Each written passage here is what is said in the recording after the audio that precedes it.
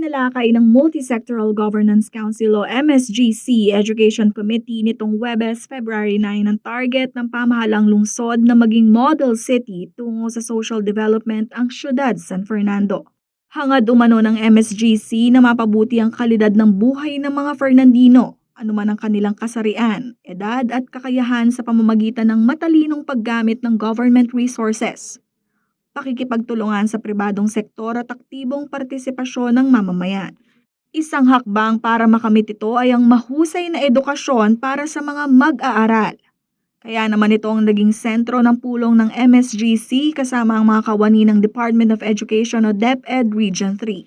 Tinalakay dito ang mga hamon na nakaapekto sa edukasyon sa kasalukuyan tulad na lamang ng psychosocial challenges sa pagbabalik ng mga estudyante sa face-to-face setup sa panahon ng COVID-19 pandemic, pagtanggap ng makabagong teknolohiya bilang paraan ng pagtuturo, limitasyon sa budget para sa mga pasilidad pang-edukasyon, learning opportunities para sa mga persons with disabilities o PWDs, kawalan ng sapat na centralized database management ng mga mag-aaral, kawalan ng Learners' Rights and Protection Office, limitadong critical thinking skills ng primary at secondary learners, misconception sa implementasyon ng mother tongue-based education policy, at kakulangan ng guidance counselors sa mga paaralan.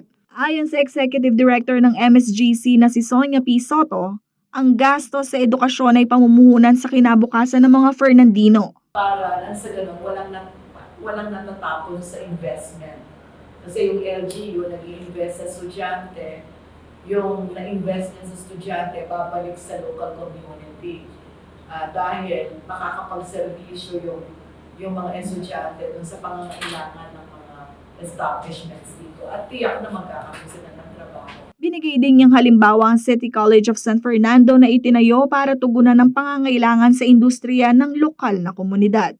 Niyayakap nila yung konsepto na imbes na pagpapahusay ng City College papunta sa pagiging state college or state university, mas gusto nilang tumingin sa lokal na komunidad at tignan ano ba talaga ang kailangan ng community. Ako si Karen Maurilio, taga rito kasama nyo para sa CLTV 36 News, atin to.